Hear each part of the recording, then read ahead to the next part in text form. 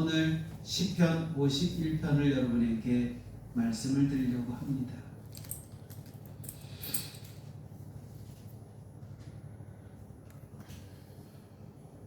(51편의) 말씀은 사무엘 11장과 12장의 이야기입니다. 여러분이 다 알고 있는 다윗이 우리아의 아내 바세바를 범했던 그때의 간음의 사건 이야기입니다.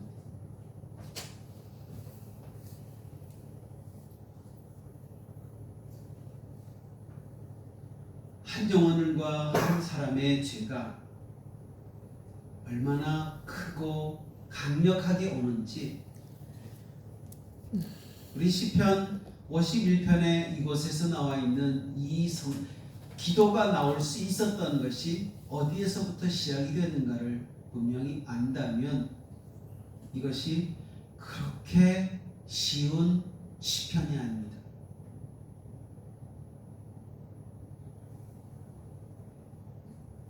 다윗이 바세바와 간음하고 그녀의 남편 우리아를 아주 치졸하게 죽음의 골짜기로 보내고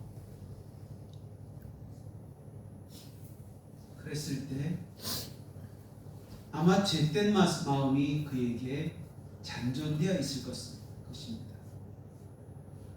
아마 죄의 흔적이 자기에게 모락모락 커지고 있었을 거예요. 하나님이 아실까요? 모를까요? 하나님은 다 보고 계셨어요. 여러분의 모습을 하나님이 몰랐을까요? 다 알고 계십니다. 하나님만 알고 계셨을까요? 아니에요. 여러분 머리에 하나님은 비디오 장비를 다 장착을 해놓았습니다. 여러분 심령에 무의식이라고 하는 세계 속으로 하나님은 이것은 무한대입니다. 용량이 무한대입니다. 우리가 생각할 수 있는 이 한계점은 조금밖에 되지 않지만 그게 우리의 생활 속에 우리의 패턴 속에서 나오지만 그러나 하나님은 의식과 무의식이라고 하는 인간의 여기 상상 속에 다 집어넣어놨습니다. 심판할 때 하나님은 무의식의 세계까지도 다 끌어내서 우리의 죄된 모습을 하나님은 그 심판의 비디오 VR을 가지고 쫙 돌리면 한꺼번에 인생이 다 나옵니다. 모를 것 같죠? 하나님만 아실까요? 아니에요. 여러분도 다 알아요. 기억 못할 뿐이지.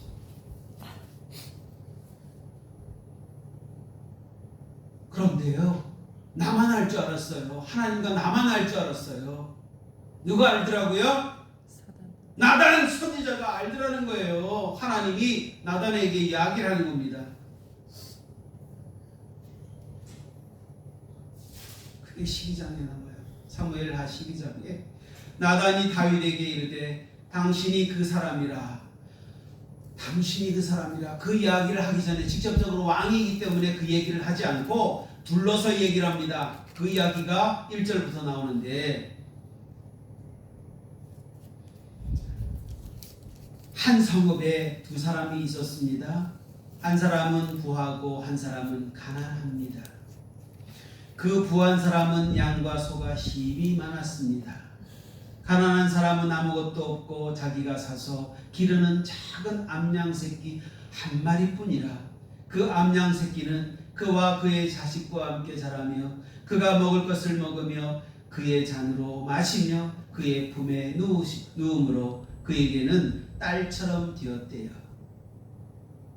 어떤 행인이 그 부자에게 오매 부자가 자기에게 온 행인을 위하여 자기의 양과 소를 아껴 잡지 아니하고 가난한 사람의 양 새끼를 빼앗아다가 자기에게 온 사람을 위하여 잡았더래요. 다윗이 그 사람에게 말미암아 노하여 나단에게 이릅니다. 여호와의 살아계심을 두고 맹세한다. 이 일을 행한 그 사람이 마땅히 죽을 자라. 누가 누구에게 한 얘기입니까? 자기가 자기에게 한 이야기입니다. 그가 불쌍히 여기지도 아니하고 그런 일을 행하였으니 그 양새끼를 몇 배나? 4배나 갚아 주어야 하리라. 누가 얘기합니까? 다윗이 본인 스스로 입으로 이야기를 합니다. 그랬더니 나단이 다윗에게 그렇습니다. 당신이 그 사람이라고. 당신이 그 사람이라고. 이스라엘의 하나님 여호와께서 이와 같이 이르기를 내가 너를 이스라엘 왕으로 기름 붓기 위하여 너를 사울의 손에서 구원했지 않니? 내 주인의 집을 내게 주고 내 주인의 아내들을 내 품에 두고 이스라엘과 유다 족속을 내게 맡겼는데 만일 그것이 부족하였을 것일 것 같으면 내가 내게 이것저것을 더 주었을 거다. 하나님이 다윗에게 그렇게 얘기해요. 그러한 때 어찌하여 내가 여호와의 말씀을 업신여기고 나보기의 악을 행하였느냐? 내가 칼로 햇사람 우리아를 치되 암몬 자손의 칼로 죽이고 그의 아내를 빼앗아 내 아내로 삼았구나. 나단은 눈으로 보지도 않았어요. 그런데 하나님이 나단에게 환상으로 다 보게 했습니다.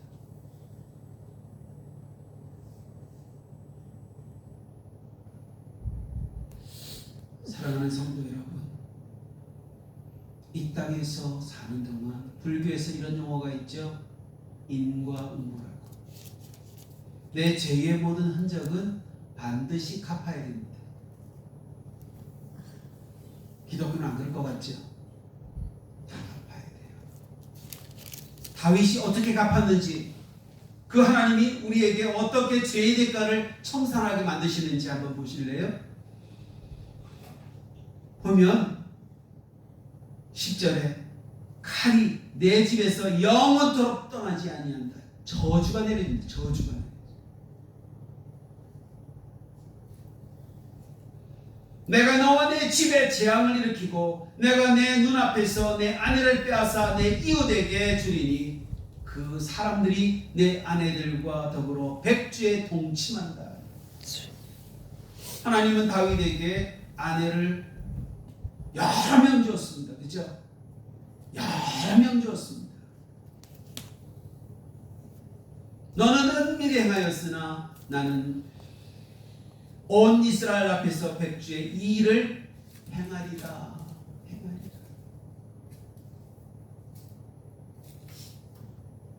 그런데 더 저주가 있어요.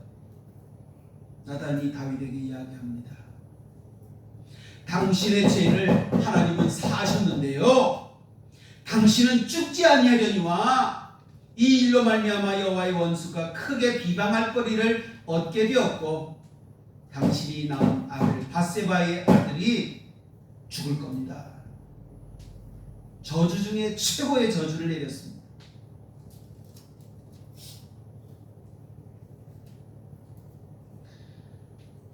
이것을 당한 다윗이 이 심정을 안고 오늘 한번 보세요. 시편 51편으로 돌아갑니다.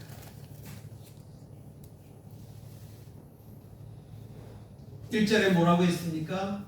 계속 다윗은 주여 여호와여 이렇게 기도했었어요. 그런데 오늘 여기 9절에는 뭐라고 나옵니까?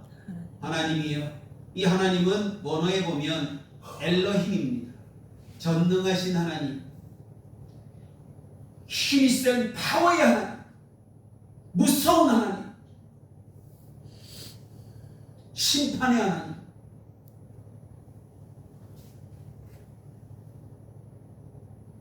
자기 스스로가 자신을 하나님과의 언약에 기초해서 하나님께 용서를 구할 가치도 없는 존재로 인식하고 지금 하나님이여 하나님이여 하나님이여 하나님이여 외치고 있습니다.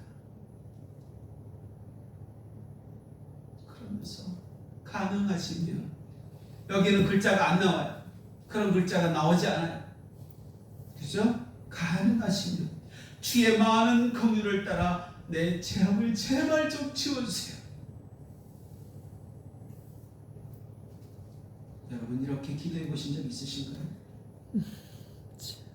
다윗만 이렇게 삶의 모든 굴곡 속에 죄를 범했을까요? 우리 또한 똑같습니다.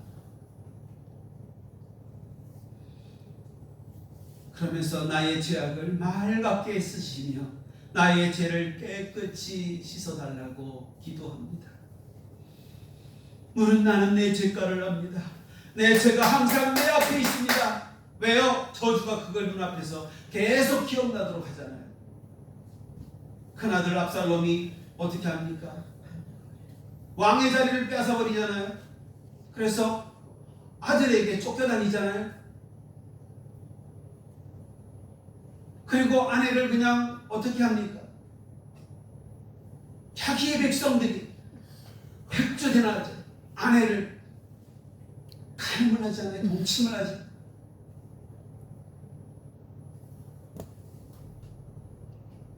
그래서 그가 하는 기도에 절정이 있잖아요. 5절에 내가 죄악 중에서 출생하였다.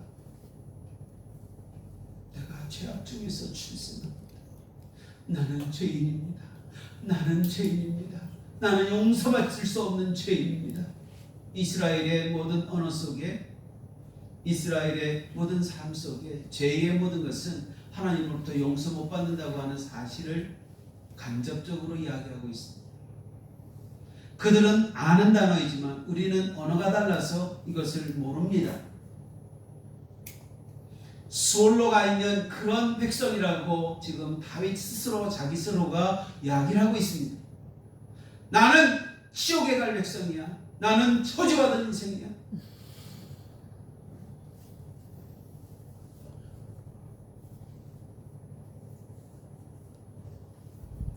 이런 마음, 정직한 마음을 벗어서 주께서는 중심이 진실하기를 원하시오니 내게 지혜를 은밀히 가르치시니 내 죄를 누구로부터? 백성들이 다 알게 하신 게 아니라 누구로부터요? 나단 선지자를 통하여서 말씀을 전해 들은 거예요. 말씀을 전해 들음으로 자복하고 회개하는 놀라운 은혜를 그가 받게 됩니다.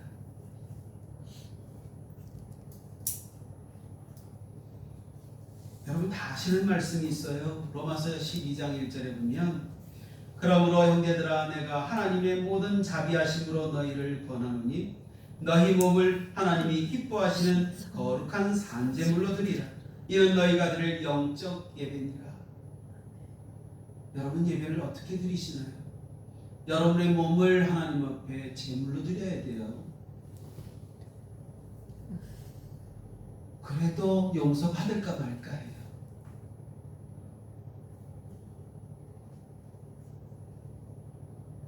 우리는 예배를 어떻게 그냥 처소에만 가면 예배 드린다고 착각들을 하고 있는데요.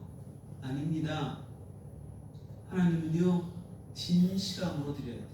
진실하기 위해서는 내 죄를 정직하게 하나님 앞에 고백해야 됩니다. 그런데 문제는 나의 죄악된 내 삶이 나를 자꾸 합리화시키고 이것을 정당화하려고 내 몸부림치고 있는 내 생각들이 나를 옥죄입니다. 그러면 어떻게 해요? 계속 핑계만 대고 합리화하려고 그러고 아니야 저 사람이 그랬다고 남들에게 탓하기도 하고 나중에는 최종적으로 하나님을 탓하기도 합니다. 하나님 당신 때문에 그랬습니다. 당신이 내게 복을 안 주셨잖아요. 당신이 내게 많은 것을 은혜로 주지 않았잖아요.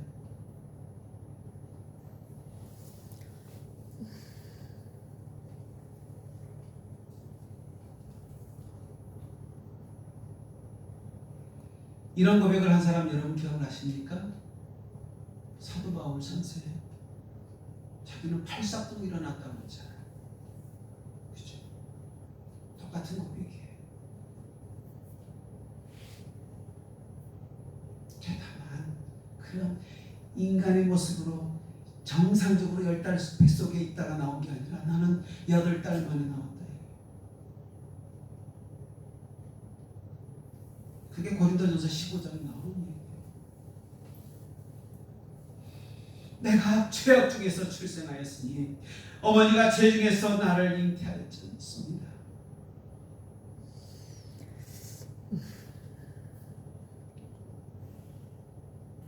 이제 10절부터 13절에 다윗은 내 속에 정한 마음을 창조하소서.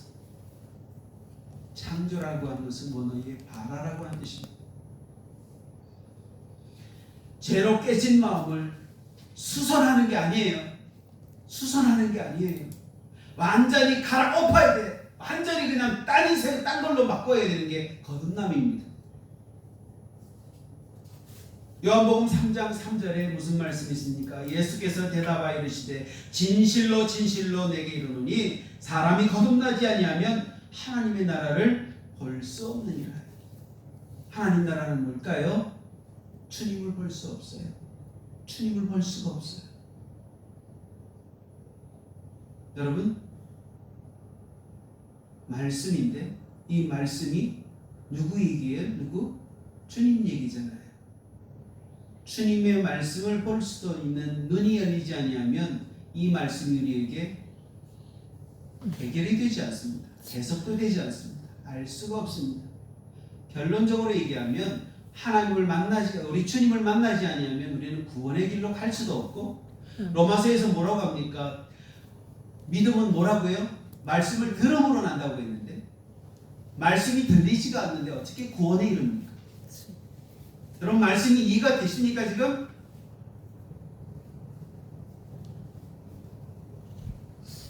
우슬초로 나를 청결하게 해주세요. 내가 정하게 되겠나이다. 나의 죄를 씻어주시고 내가 눈보다 희리이다.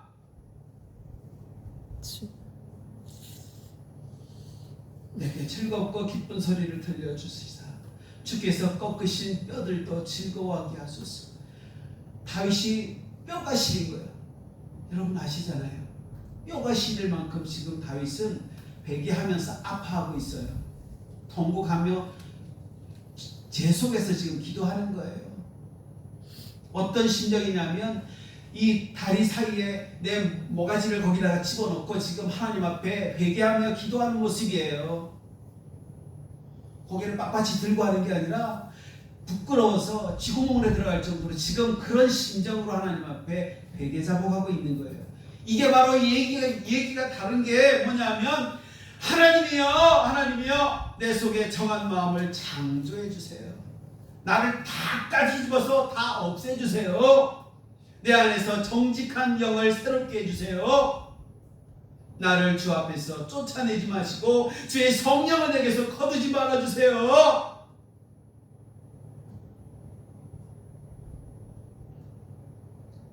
나를 완전히 바꿔주세요. 나를 정말 전혀 저 지옥에, 아니 미물보다 땅보다 못한 존재입니다. 나를 좀 회복시켜주세요.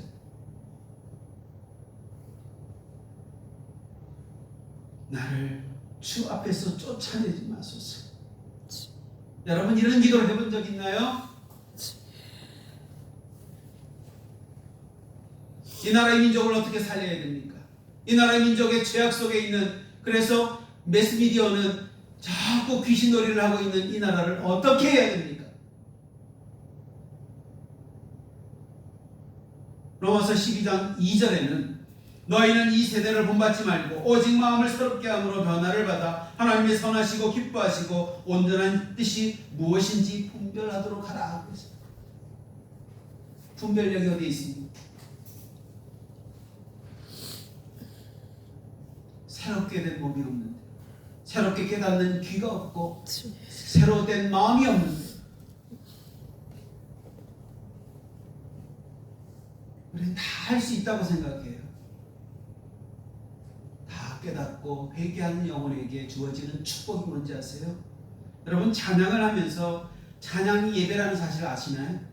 히브리서 13장에 보면 15절로 16절에 그러므로 우리는 예수로 말미암아 항상 찬송의 제사를 하나님께 드리자. 아멘. 이는 그 이름을 증언하는 입술의 열매입니다. 아멘. 오직 선을 행함과 서로 나누어 주기를 잊지 말라. 하나님은 이 같은 제사를 기뻐하시느니라. 예배예요. 제사가 아니고 예배예요. 선을 행하는 것은 이 땅에 선을 우리가 행할 수 있나요? 없어요. 선은 선한 자는 하나님밖에 없다 있잖아요. 그러면 인생은 그렇게 할 수 있는 능력도 없단 말이죠. 누가요? 하늘에서 온 분만이 하실 수 있어요. 하늘에서 오신 분이 누굽니까? 예수님입니다. 예수의 영이 내 안에 새롭게 들어오셔요. 아멘. 이걸 지금 기도하는 거예요. 다윗은 정직한 영을 새롭게 해달라고 하는 이야기. 선을 행할 능력도 없고 악을 거부할 능력도 없는 우리는 어떻게 해야 될까? 생명을 받은 우리는 받은 자만이 나눠줄 줄을 압니다. 선을 행함과 서로 나눠주기를 잊지 말라 했는데 여기까지 갈 수가 없는데 어떻게 그렇게 합니까? 그 뒤에 구절이 문제잖아요. 하나님이 이 같은 제사를 기뻐하신다고, 이런 예배를 기뻐하신다고 하잖아요. 찬송을 드릴 때에 여러분이 심령이 메마른 분은 알 수가 없는데 찬양을 하다가 눈물이 폭포같이 쏟아지고, 그러면서 그 뒷구절에 또 나오는 말이 있어요. 17절. 너희를 인도하는 자들에게 순종하고 복종하래요. 그들은 너희 영혼을 위하여 경성하기를 자신들이 청산할 자인 것 같이 하느니라. 그들로 하여금 즐거움으로 이것을 하게 하고 근심으로 하게 하지 말라. 그렇지 않으면 너희에게 무엇이 유익이 없다 얘기하셔요. 말씀을 여러분이 듣습니다. 은혜를 받고 하나님의 예수의 생명을 선한 그 행함과 서로 나눠주는 그런 목회자를, 그런 사람을 순종하래요. 왜? 하나님은 지금 보이지 않지만 하나님이 그들을 이용하셔서 그들을 재혼하게 하는 영을 주셔서 나단 선지자가 다윗에게 전해주었던 그 말씀의 통로처럼 저는 그런 역할을 감당하기를 원합니다. 그들은 어떻게 하는지 아세요? 너희 영혼을 위하여서 경성하기를, 그것을 다 깨끗하게 청소하는 그것을 자기 것인 양 한다는 거예요.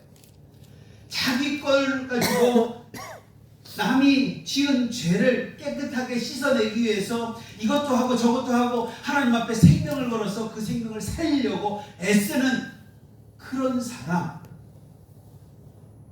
그들은 사람이다. 선한 목자는 그런 분입니다.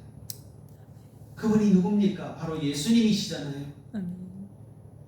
첫째는 예수님을 뭐 하라는 거예요? 예수님께 순종하고 복종하고, 그리고 예수의 생명으로 말씀을 전하는 그런 목회자를 순종하고 복종하라는 얘기입니다.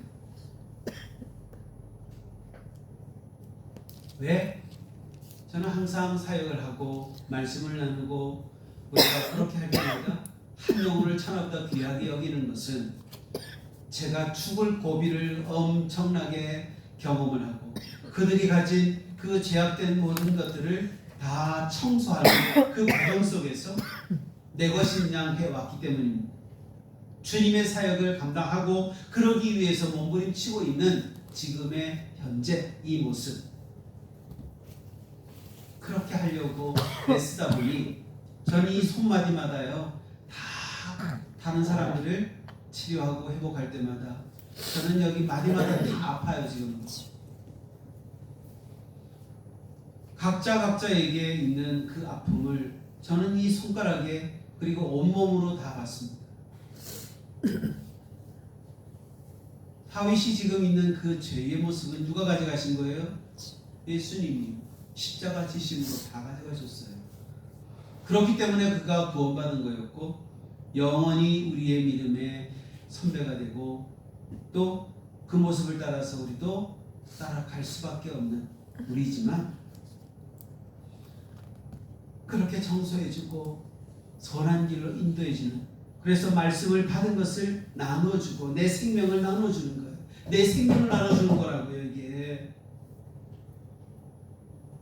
이 일을 만약에 즐거움으로 하고 즐거움을 할 수 있도록 그들에게 순종하라고 복종하라고 그렇게 얘기하는 거예요. 그럼 그렇게 될 때 유익이 얼마나 온지 아세요? 8배가 옵니다. 8배. 그런데 성도 가운데도 근심거리를 주는 성도가 꼭 있습니다.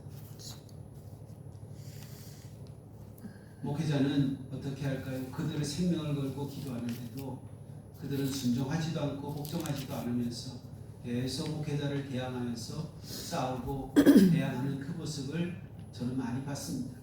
꼭 있더라고요. 한 교회 가는 곳마다 누군지는 얘기 모르지만 꼭 있더라고요. 그들은 목사를 근심하게, 목사만 근심하게 하는 게 아니라 예수님도 근심하게 하고 성령님도 근심하게 만들어요. 그러니 유익이 있을까요? 유익이 없죠. 다윗은 그럼에도 불구하고 그는 자기의 수치를 그대로 인정을 하고 주의 자비로 씻어내기를 원해서 오늘 말씀 제목을 이렇게 정했어요. 죄의 수치를 덮지 말고 주의 자비로 씻어내리십시오. 자신의 전적인 목표를 하나님 앞에 인정하십시오. 다윗처럼 위대한 왕도 한순간에 무너질 수 있는 연약한 죄인임을 여러분도 기억하셔야 됩니다. 여러분의 실수를 환경이나 남의 탓으로 돌리지 말고 내가 주께만 범죄하였나이다라고 정직하게 고백하십시오. 하나님은 여러분의 정당화가 아니라 여러분을 정직함을 위해 기다리고 계십니다. 죄를 숨길 때 뼈가 마릅니다. 뼈가 상합니다. 뼈에 통증이 옵니다. 뼈가 가루가 되는 것처럼 그 아픔을 우리에게 줍니다. 그 병들이 뭡니까?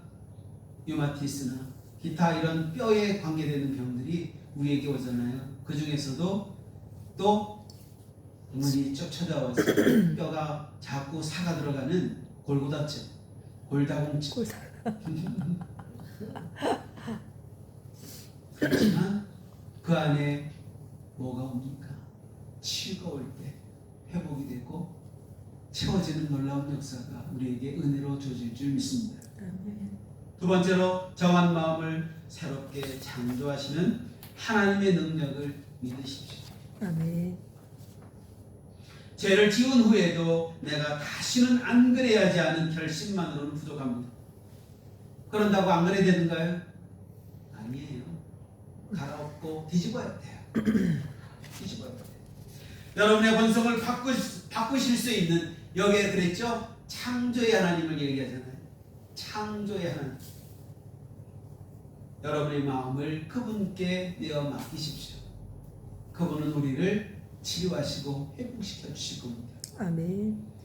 내 안에 정한 마음을 창조하소서. 봐라, 창조하소서. 이렇게 기도하셔야 됩니다. 나는 잘났는데 저 사람이 못돼가지고, 저 사람이 잘못되어서 내가 지금 이런 손해를 보고 있다거나, 반대로 얘기하면 내 때문에 저들이 저주받고 있다는 생각은 왜 안 하십니까? 요셉이 어떻게 했습니까? 요셉은요, 자기를 해하려고 했던 사람들을 위해서 기도하고 그들을 위해서, 그들이 잘 되기를 위해서 뭐합니까? 하나님의 축복의 그것을 그들에게 예언으로 남기고 그것을 실행에 옮기는 사람이 요셉 아닌가요? 나만 축복받아야 돼요? 아니에요. 나의 축복이 저들의 축복이 돼야 돼요. 그렇죠? 함께 축복을 받아야 돼요. 왜 믿는 자가 자기만 욕심을 부리고 자기만 그렇게 먹으려고 할까요? 그렇게 되면 나중에는 이게 한자가 그렇잖아요. 이 집에다가 밭전자 들어가니까 부활부자가 됐는데, 그렇죠? 입에다가 밭전자가 넣으니까 이게 부활부자인데, 남의 걸 갖다가 내 입에다 다 털어놓으니까 부활부자인 거예요. 이걸 잘 생각해 보기 바랍니다. 하나님은 우리를 뭘 하기 원하냐? 나눌 분자.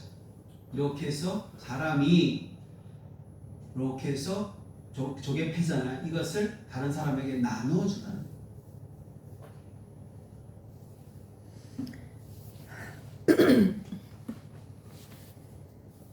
주님은 여러분의 깨진 조각들을 모아 이전보다 더 견고하고 정직한 영으로 그냥 깨진 것은 깨진 거예요. 그죠? 누가 그러더라고요. 깨진 그 그릇은 부셔서 쓰는 게 아니라고요. 뭐하죠? 깨진 것은 깨버리고 다시 만드셔요. 사랑하는 성도 여러분, 시간이 갔지만 한 가지만 예를 들어 드릴게요. 저는 성전을 참 많이 지었습니다. 4번 지었어요. 지으면서 새 성전을 지은 것은 한 번밖에 없어요. 3번은 다 리모델링 했습니다. 리모델링 하면요, 있는 거 그냥 세워놓고 하기 때문에 돈은 배로 들고 힘은 배로 듭니다. 하나님은 어떨까요? 우리를 창조하시면서 얼마나 아름다웠던지 하나님 보시기에도 보기에 좋았더라 했던 그 아름다운 형상을 이룬 우리들이었는데 왜 이렇게 망가졌을까요? 우리 안에 죄가 들어옴으로 인하여서 하나님과 거리가 멀어졌고, 하나님과 거리가 멀어진 인생은 하나님께 가기보다 멀어져 있는 세상을 향하여서 더 빨리 달려가려고 몸부림치잖아요. 죽게 돌아오기만 하면 하나님은 묻지도 따지지 아니하시고 우리를 하나님의 자녀로 삼으십니다. 세 번째로, 하나님이 멸시하지 않으시는 상한 심령을 그 심령으로 제사 하나님께 예배하는 자가 됩시다. 아멘. 여러분의 죄 때문에 마음이 아프고 눈물이 나나요? 그것이 바로 하나님의 가장 기뻐하는 제물입니다. 하나님은 완벽한 의인을 찾으시는 것이 아니라 자신의 부족함을 알고 주님 없이는 한순간도 살 수 없다고 고백하는 동의하는 사람을 찾으십니다. 그래서 요한복음 3장에서 그렇게 합니다. 예배할 때가 온다. 신령과 친정으로 예배할 때가 온다. 나는 그런 사람을 찾는다. 구원의 즐거움을 회복하고 싶다면 오늘 그 상한 마음 그대로 주님 품 안에 안기시기를 부탁을 드립니다. 아멘. 이제 말씀을 맺으려고 합니다. 시편 51편은 우리에게 묻습니다. 여러분 오늘 자신의 허물을 금칠로 가리려고 하십니까? 아니면 우슬초로 씻어달라고 울부짖고 계십니까? 다윗처럼. 하나님은 여러분의 자신의 결백을 주장하며 답답해하는 의로운 엿보다 자신을 밑바닥을 보이고 오직 주의 긍휼만을 바라는 낮아진 다윗이 되기를 원하십니다. 오늘 여러분의 모든 부끄러움과 죄책감을 주님 앞에 내려놓으십시오. 우리 하나님은 이걸 까발리고 다 드러내 주십니다. 여러분, 내 죄가 있다고 하는 것을 다 남들이 알기 전에는 두려움과 걱정과 근심과 막 그냥 이렇게 초조함이 있는데 이 죄가 있잖아요. 그냥 까발려지고 이 죄가 그냥 다 세상에 다 드러내버리면 그 다음부터는 자유로워요.